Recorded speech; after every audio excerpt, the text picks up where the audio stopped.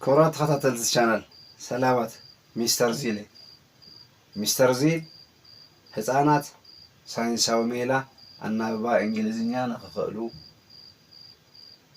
ዘመኑ ዝጠልቦ ዓቕሚ እንግሊዝኛ ንኸማዕብሉ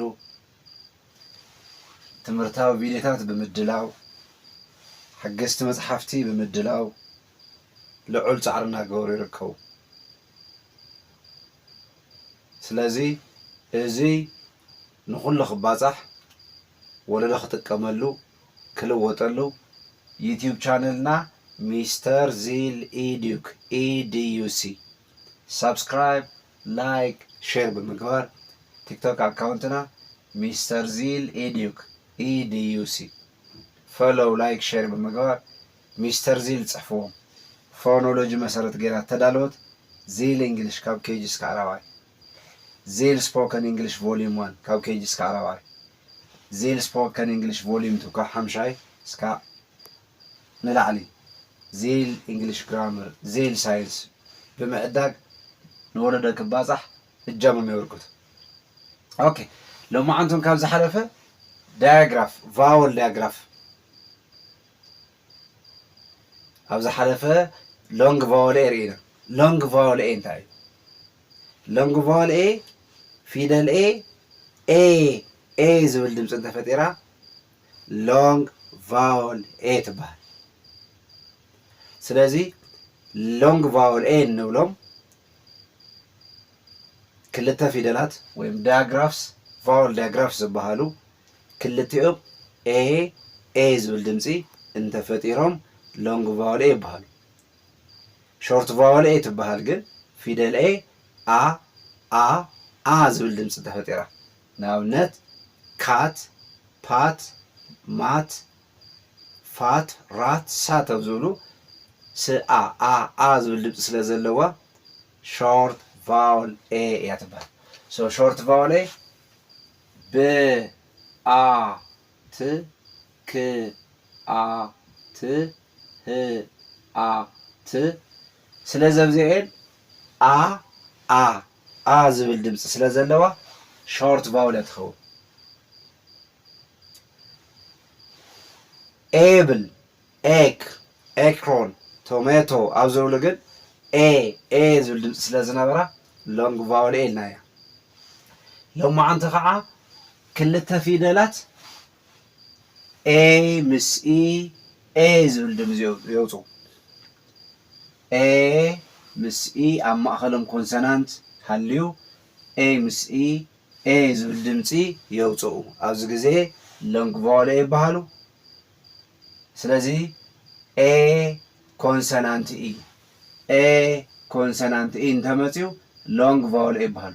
ኤ ዝብል ድምፂ የውፅኡ። ስለዚ እቲ ቅድሚ ኤ ዘሎ ናፍቲ ሓምሻይ ናይ ትግርኛ ፊደል ድምፂ ከውፅእ ይገብሮ። ስለዚ እስቲ ንርእዮ ኤት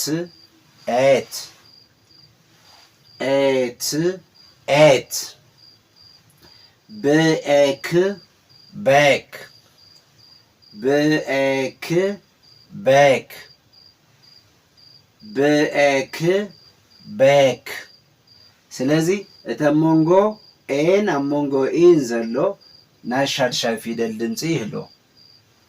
እቲ ኣብ መንጎ ኤን ኣብ መንጎ ኢን ዘሎ ኮንሰናንት ናይ ሻድሻይ ፊደል ድምፂ ወይም ሳድስ ይህልዎ።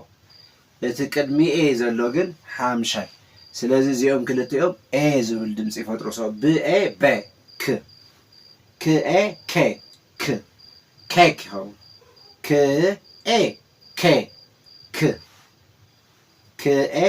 ኬክ ስለዚ ታብ ቅድሚ ኤ ዘላ ናይ ሓምሻይ ፊደል ድምፂ ይህልዋ። እዛ ኣብ መንጎ ኤን ኣብ መንጎ ኢን ዘላ ግን ናይ ሻድሻይ ፊደል ድምፂ ይህልዋ ሳድስ። ክኤም ኬም ክኤ ኬ ም ኬም ክኤ ኬ ም ኬም ክኤ ኬ ን ኬን ክኤ ን ኬን ሶ ክኤ ኬ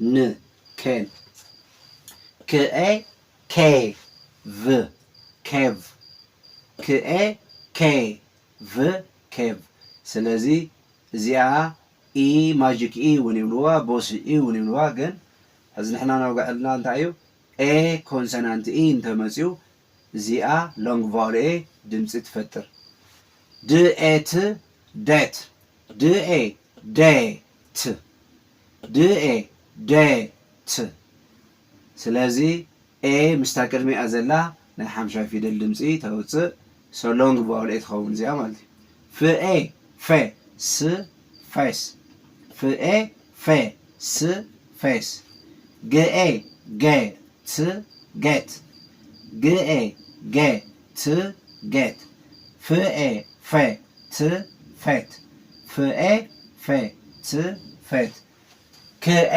ኬ ር ኬር ክኤ ር ኬር ምኤ ድ መድ ምኤ ሜ ድ መድ ልኤ ሌ ክ ሌክ ልኤ ሌ ክ ሌክ ልኤ ሌ ት ሌት ልኤት ሌት ፍርኤም ፍሬም ፍርኤ ፍሬም